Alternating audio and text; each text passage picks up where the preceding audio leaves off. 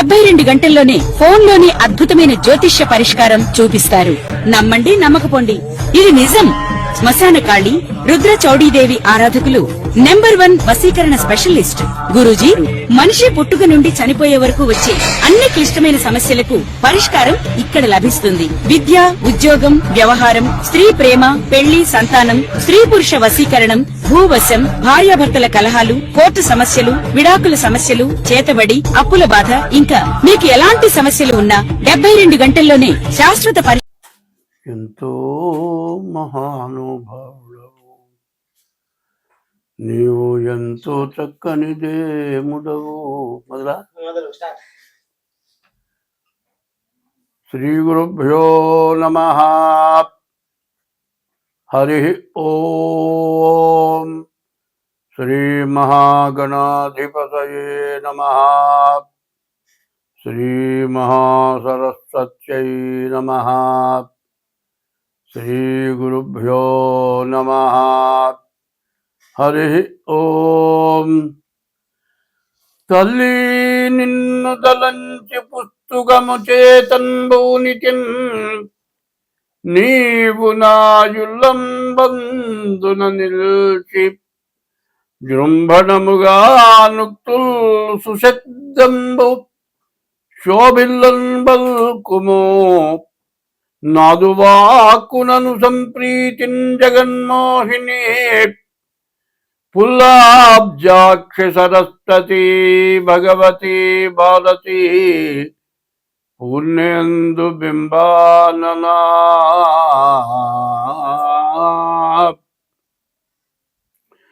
అరజన్ శంతను పుత్రుపై విదురుపై అక్రూరుపై గుబ్జపై నరుపై ద్రౌపదిపై కుచేలునిపై నందవ్రజశ్రేణిపై పరగంగల్గు భవత్కృపారసమునాపై కుంతలా నిమ్ము నీ చరణాబ్జంబులు నమ్మినాడ జగదీశా.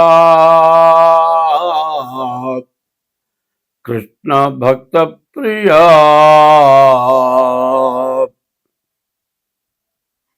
యుగాలు 4. మొదటిది కృతయుగం, రెండోది ద్వాపర యుగం, రెండోది త్రేతాయుగం. మొదటిది కృతయుగం, రెండోది త్రేతాయుగం, మూడోది ద్వాపర యుగం, నాలుగోది కలియుగం. యుగాలు 4. ఇప్పుడు జరుగుతున్న యుగం కలియుగం. ఈ కలియుగం అనేది ఆది యుగం. మొట్టమొదట వచ్చిందని యుగాది అన్నారు. అంటే సంవత్సరాది అంటారు, సంవత్సరాది కాదు, యుగాది. యుగ ఆది అంటే యుగం ప్రారంభమైన రోజును యుగాది అన్నారు. ఈ యుగాది చాలా విశేషమైంది. ఈ సంవత్సరం, ఈ యుగాది పేరు ఏమిటంటే పరాభవనామ సంవత్సరం. 19/3/2026 ఇది పరాభవ నామ సంవత్సరం. ఈ పరాభవ నామ సంవత్సరానికి అర్థం ఏంటంటే పరుల చేత భంగపడటం పరాభవం, ఇతరుల చేత వంచింపబడడం జరుగుతుందని. అయితే ఇటువంటిది మనకు జరగకుండా ఉండాలి. ఎవరికైనా ఒకళ్ళ చేత మాట పడటం అంటే చాలా కష్టం. అటువంటి పరిస్థితి రాకుండా మనం అందరం కూడా తలకాయ ఎత్తుకొని తిరగాలి. ఏ బాధ లేకుండా సంతోషంగా ఉండాలి. అట్లా ఉండాలి అంటే ఈ యుగాది సంవత్సరాది రోజున మనం పంచాంగ శ్రవణం అంటారు. పంచాంగం అంటే తిథి, వారం, నక్షత్రం, యోగం, కరణం, ఈ 5 కలిసి పంచాంగం. ఈ పంచాంగ శ్రవణం చేయాలి. ఈ పంచాంగ శ్రవణం ఎందుకు చేయాలి అనేది చెప్పుకుందాం. శ్రీకళ్యాణ గుణావహం రిపుహరం దుస్వప్న దోషాపహం గంగా స్నాన విశేష పుణ్యఫలదము గోదానతుల్యండ్రుణాం ఆయుర్వృద్ధిదముత్తమం శుభకరం సంతాన సంపత్ప్రదం నానాశాస్త్ర సుసాధనం సముచితం పంచాంగమాకర్ణ్యతాం. ఈ పంచాంగం ఎందుకు వినాలి? వింటే మనకు వచ్చేది ఏమిటి? శ్రీకళ్యాణ గుణావహం. మన ఇంట్లో ఎప్పుడు శుభం జరగాలి, అశుభం జరగకూడదు, మంచి జరగాలి. మనకు శత్రువు అనేవాళ్ళు ఉండకూడదు, మనకు శత్రుత్వమే ఉండకూడదు, మన మీద ఎవరికి శత్రుత్వం ఉండకూడదు, చెడు కళలు రాకూడదు. చెడు కళలు వస్తే మన ఇంట్లో ఎవరో చచ్చిపోయినట్టు కళ వచ్చింది అనుకోండి, కళ్ళని ఏడుస్తారు, తీరా లేస్తారు, కళ్ళు చూస్తారు. చూసినా కూడా ఆ మనిషి చచ్చిపోయినారు, ఎక్కడున్నాడు, ఏమైపోయింది, కటికని చూస్తారు. ఆ మనిషి కనపడేంత వరకు కడుపులో ఆవేదన. ఇది దుస్వప్నం. ఇటువంటి చెడు స్వప్నాలు రాకూడదు. మరి గంగా స్నాన విశేష పుణ్య ఫలదం. గంగా స్నానం చేయాలి. గంగా స్నానం చేస్తే విశేషమైన పుణ్యం వస్తుంది. ఈ గంగా ఎటువంటిది? హరిపాదోద్భవీం గంగాం అన్నారు. విష్ణుమూర్తి యొక్క పాదాల యందు నుంచి ఉద్భవించి భూలోకంలోకి గంగ వచ్చింది. ఈ గంగ అసలు ఎక్కడుంది? హిమాలయాల మీద పరమేశ్వరుడు ఉన్నాడు. పరమేశ్వరుడు శిరస్సున గంగ పెట్టుకున్నాడు.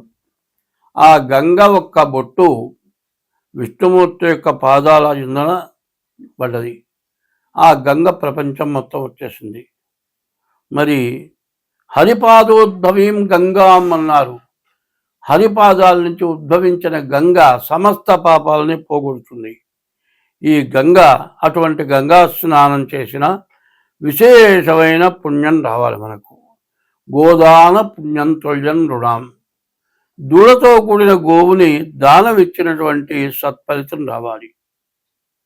ఆయుర్వృద్ధిదముత్తమం. మనిషికి 120 సంవత్సరాలు మానవుడికి ఆయుష్ ఇచ్చాడు. మరి ఇప్పుడు ఒక ఆయన ఉత్తర దేశంలో 145 సంవత్సరాలు ఇప్పుడే బతుకున్నాడు. ఇంకా అటువంటి ఆయుష్ కలగాలి. ఆయుర్వృద్ధిదముత్తమం శుభకరం. అటువంటివి మంచి జరగాలి. సంతాన సంపత్ప్రదం. మంచి సంతానం కలగాలి. నానా శాస్త్ర సుసాధనం. అనేక శాస్త్రాలు ఉన్నాయి. ఒక్క శాస్త్రం చదవడమే చాలా కష్టం. అన్ని శాస్త్రాలు చదివినటువంటి ఫలితం మనకు కావాలి. ఇవి చదివితే మనకంత మంచి శక్తి, జ్ఞానం వస్తుంది. ఇవన్నీ చేసినటువంటి ఫలితం ఉగాది సంవత్సరాది పండుగ రోజున ఈ పంచాంగ శ్రవణం చేస్తే ఇవన్నీ వస్తాయి. ఎటువంటిది? శ్రీకళ్యాణ గుణావహం రిపుహరం దుస్వప్న దోషాపహం గంగా స్నాన విశేష పుణ్యఫలదం గోదాన తుల్యండ్రుణాం ఆయుర్వృద్ధిదముత్తమం శుభకరం సంతాన సంపత్ప్రదం నానాశాస్త్ర సుసాధనం సముచితం పంచాంగమాకర్ణ్యతాం. ఈ పంచాంగం వింటే అంత మంచి ఫలితం వస్తుంది. కాబట్టి సంవత్సరాది పండుగ రోజున ఉదయం పూట తెల్లవారుజామున లేచి తల స్నానం చేసి దేవుడి దగ్గర దీపారాధన చేసి మామిడి ఆకు తోరణం వాకిలికి కట్టి దేవుడికి పూజ చేసి దేవుడికి నివేదన పెడతాం. ఏం పెడతాం? వేపపూత ప్రసాదం అంటారు. ఇది ఏమంటారు? మామిడాకు. మామిడి కాయ, మామిడికాయ తురిమి, మామిడికాయ తురుము, తర్వాత వేపపూత, తర్వాత చింతపండు, తర్వాత బెల్లం. షడ్రుచులు అంటారు. పులుపు, ఉప్పు, తీపి, చేదు, వగరు. ఈ షడ్రుచులు కలిగినటువంటి ప్రసాదాన్ని మనం తీసుకుంటాం. ఇది దేనికి? మన ఆరోగ్యం బాగుపడుతుంది, మంచి జ్ఞానం కలుగుతుంది. తర్వాత ఇన్ని రకాలు నాలుక తగలగానే ఒళ్ళు గగురు పొడుస్తుంది. విపరీతమైన పిలుపు కానీ విపరీతమైన చేదు కానీ నోటికి తగిలితే మరి ఒళ్ళు గగురు పడుస్తుంది. అయితే కష్టం కానీ సుఖం కానీ బాధ కానీ దుఃఖం కానీ సర్వాన్ని మనం సమర్థించుకొని మనం ముందుకు వెళ్ళాలి. కాబట్టి ఈ వేపపూత ప్రసాదం తినాలి ఈ సంవత్సరాది పండుగ రోజున. ఇది పంచాంగ శ్రవణం. ఈ విధంగా పంచాంగ శ్రవణం చేస్తే మనకు అంతా శుభం కలుగుతుంది. ఎటువంటి గ్రహస్థితులు బాగుండకపోయినా మనకు మేలు జరుగుతుంది. కాబట్టి ఈ రోజున ఈ సంవత్సరాది ఎప్పుడు 19/3/2026 అంటే 2026 సంవత్సరం మార్చి నెల 19వ తారీఖు గురువారం పరాభవనామ సంవత్సరం ప్రారంభమైంది. ఈ పరాభవనామ సంవత్సరంలో మరి నవగ్రహాలు 9 గ్రహాలు కూడా రాజ్య పరిపాలన చేస్తాయి. గురువారం రోజున పంచాంగం ప్రారంభమైంది కాబట్టి గురువు రాజు అయినాడు, కుజుడు మంత్రి అయినాడు. అట్లాగే సేనాధిపతి చంద్రుడు, సస్యాధిపతి శుక్రుడు, ధాన్యాధిపతి బుధుడు, అర్ఘ్యాధిపతి చంద్రుడు, మరి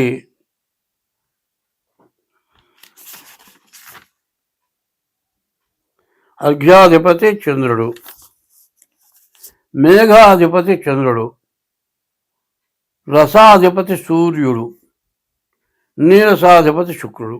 ఇట్లా 9 గ్రహాలకి 9 యొక్క స్థానాలు వచ్చినాయి.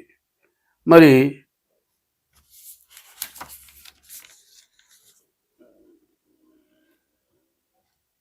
చంద్రుడికి మొత్తం 3 చోట్ల ఆధిపత్యాలు వచ్చినాయి. మరి సూర్యుడు మరి గురువు రాజు అవటం, గురువు బ్రాహ్మణ గ్రహం కాబట్టి అంతా మేలు జరగటానికి అవకాశం ఉంది. ఈ గురువు వల్ల మరి బియ్యం, మరి వెన్న, నెయ్యి, పంచదార ఇటువంటివన్నీ కూడా బాగా పంట పండుతాయి. మరి ధరలు బాగా పెరుగుతాయి. సస్యాధిపతి శుక్రుడు అవటం చేత ధాన్యాలు, మరి తెల్ల ధాన్యాలు, తెల్లటి భూములు బాగా పండుతాయి. ధాన్యాధిపతి బుధుడు అవటం చేత వర్షం మధ్యమ వర్షం,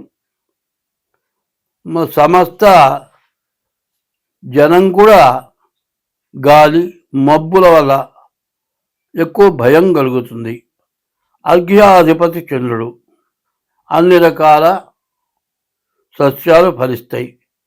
తేనె, రసములు, ఉప్పు, మణులు, శంఖములు, చేపలు, గోధుమలు, ఆహార ధాన్యాలు, వస్త్రాలు, జొన్నలు, సజ్జలు, పంచదార, బెల్లం, పెట్రోలు, ఇతర నూనెలు, వెన్న, నెయ్యి, పాలు, పెరుగు, తమలపాకులు, వెండి, బంగారం బాగా దొరుకుతుంది. మేఘాధిపతి కూడా చంద్రుడు. సర్వదేశములందు కూడా మంచి వర్షం కురుస్తుంది. ధాన్యాలన్నీ కూడా బాగా ఫలిస్తాయి. గోవులు బాగా పాలిస్తాయి. గోవులు సుభిక్షంగా ఉంటాయి.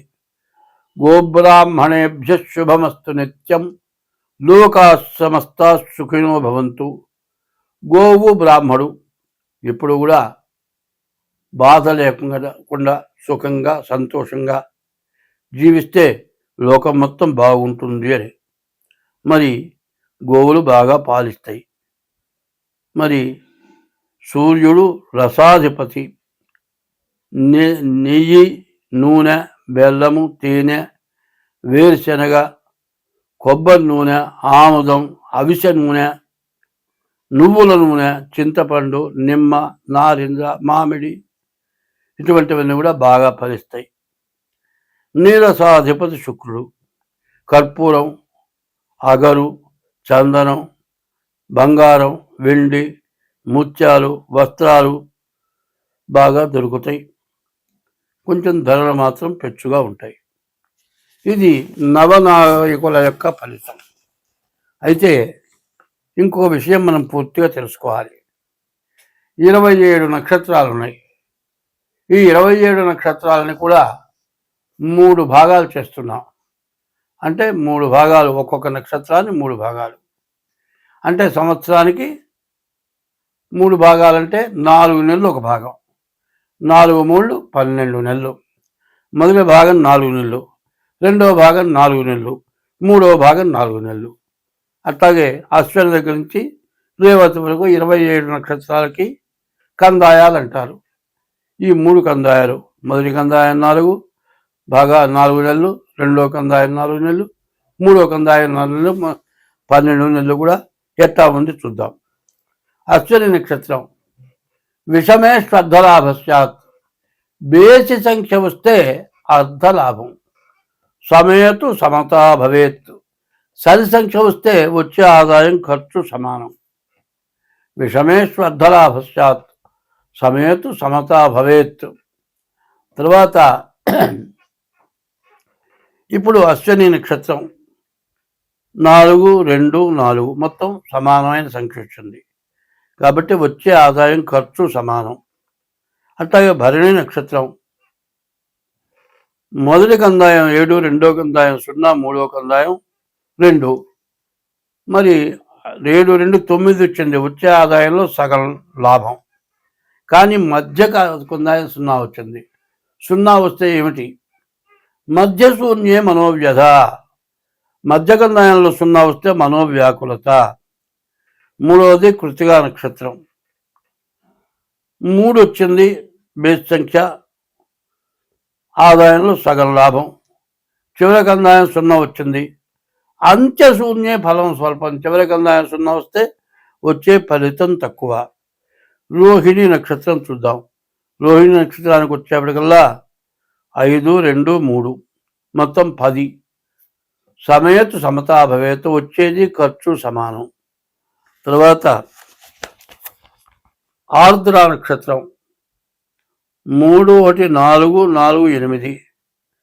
మరి సమసంఖ్య వచ్చింది. ఈ సమసంఖ్య వచ్చే ఆదాయం ఖర్చు సమానం. పునర్వసు నక్షత్రం ఇది కూడా 10 6 2 2 10 వచ్చింది. 6 4 10. ఈ 10 కూడా సమయతు సమతా భవేత్. వచ్చే ఆదాయం ఖర్చు సమానం. పుష్యమి 1 2 2. ఇది 5 వచ్చింది. ఇది బేస సంఖ్య. మరి విషమే శ్రద్ధలాభశ్చాత్. మరి బేస సంఖ్య వచ్చే ఆదాయంలో సగం మిగులుతుంది. ఆశ్లేష నక్షత్రం ఉంది. మొదటిది 4 2 1 3 3 మొత్తం 8. వచ్చే ఆదాయం ఖర్చు సమానం. మఖ నక్షత్రం ఉంది. మొదటి కందాయం 7, రెండో కందాయం 2, మూడో కందాయం 1. ఇది కూడా 10 వచ్చింది. సమయతు సమతా భవేత్. వచ్చే ఆదాయం ఖర్చు సమానం. పుబ్బా నక్షత్రం ఉంది. మొదటి కందాయం 2, రెండో కందాయం 0, మూడో కందాయం 4. మొత్తం 6 సమసంఖ్య వచ్చింది కాబట్టి వచ్చే ఆదాయం ఖర్చు సమానం. మధ్య శూన్య మనోవ్యధ. మధ్య కందాయం 0 వచ్చింది కాబట్టి మనోవ్యాకులత ఎక్కువగా ఉంటుంది. తర్వాత ఉత్తరా నక్షత్రం 5 1 2 5 3 8. వచ్చే ఆదాయం ఖర్చు సమానం. హస్త నక్షత్రం వచ్చేప్పటికల్లా మరి మొదటి కందాయం 0, మూడో కందాయం 0, మధ్యలో 2. వచ్చే ఆదాయం ఖర్చు సమానం. మరి మొదటి కందాయం ఆదిశూన్యే మానవ వ్యాధి.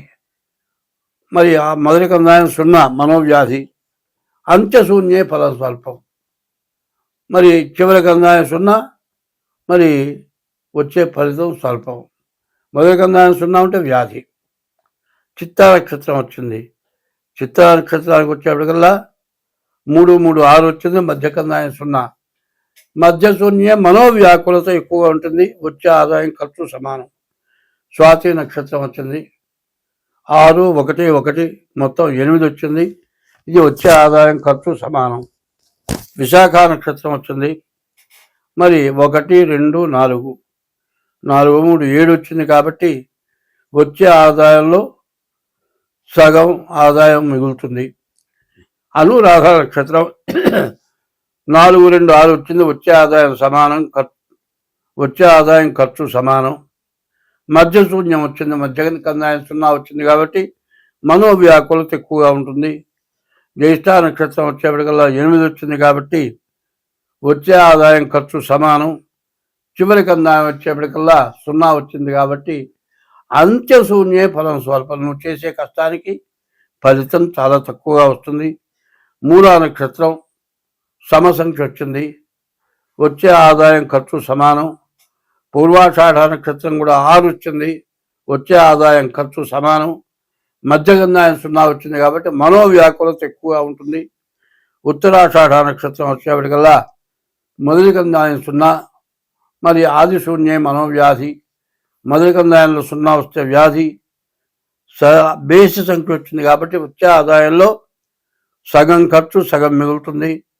శ్రవణ నక్షత్రం వచ్చేప్పటికల్లా బేసి సంఖ్య వచ్చింది కాబట్టి వచ్చే ఆదాయంలో సగం మిగులుతుంది.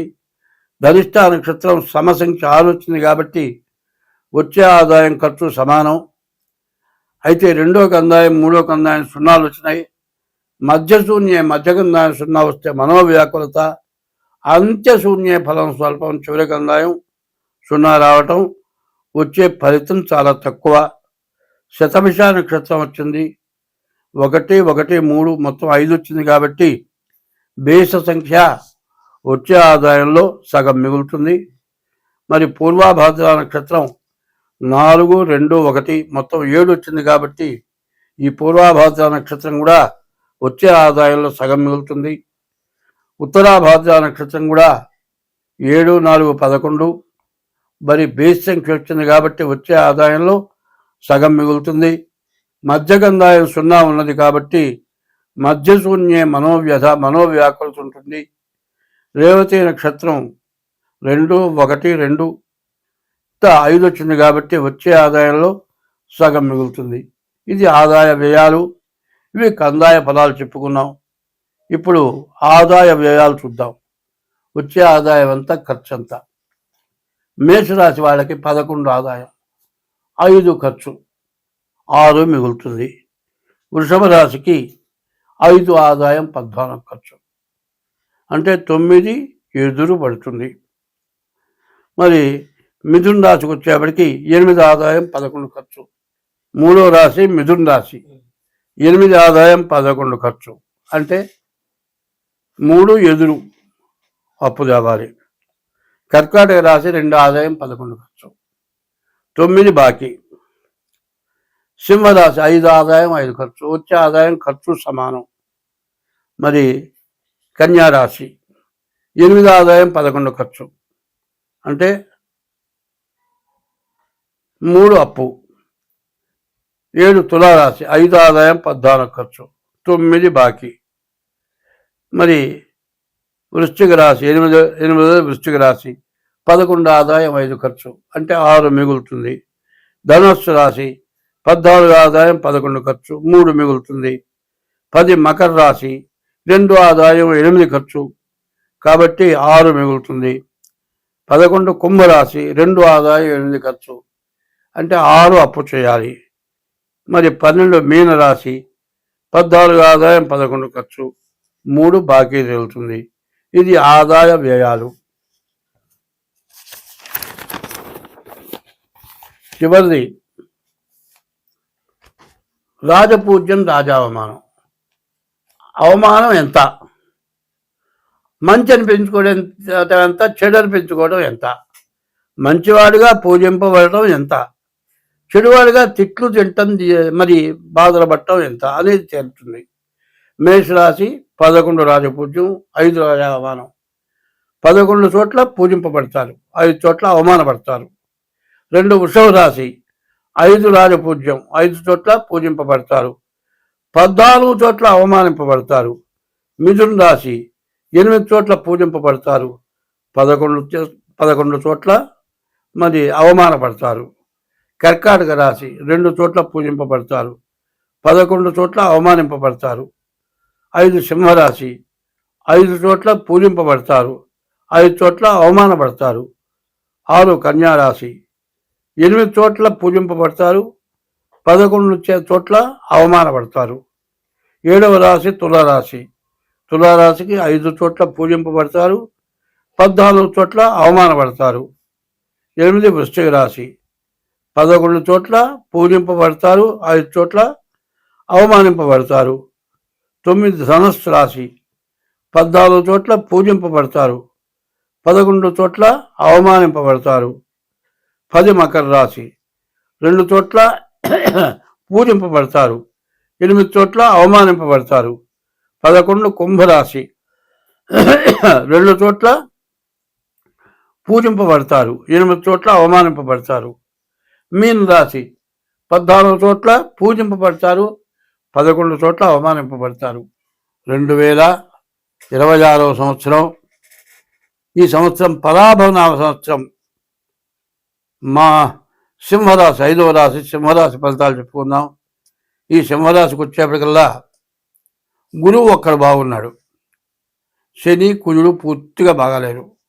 విపరీతమైన ఖర్చులు, యాక్సిడెంట్లు, దెబ్బలు తగలటం, చేసే ఉద్యోగంలోంచి పరాభవం, ఉద్యోగం నుంచి బయటికి రావాల్సి వస్తుంది. బుధుడు బాగున్నాడు, వ్యాపారం బాగుంటుంది. శుక్రుడు బాగున్నాడు, వివాహాది శుభకార్యాలు జరుగుతాయి. గురువు బాగున్నాడు, విద్య, ఉద్యోగం, విదేశీయానం ఇవన్నీ కూడా బాగుంటాయి.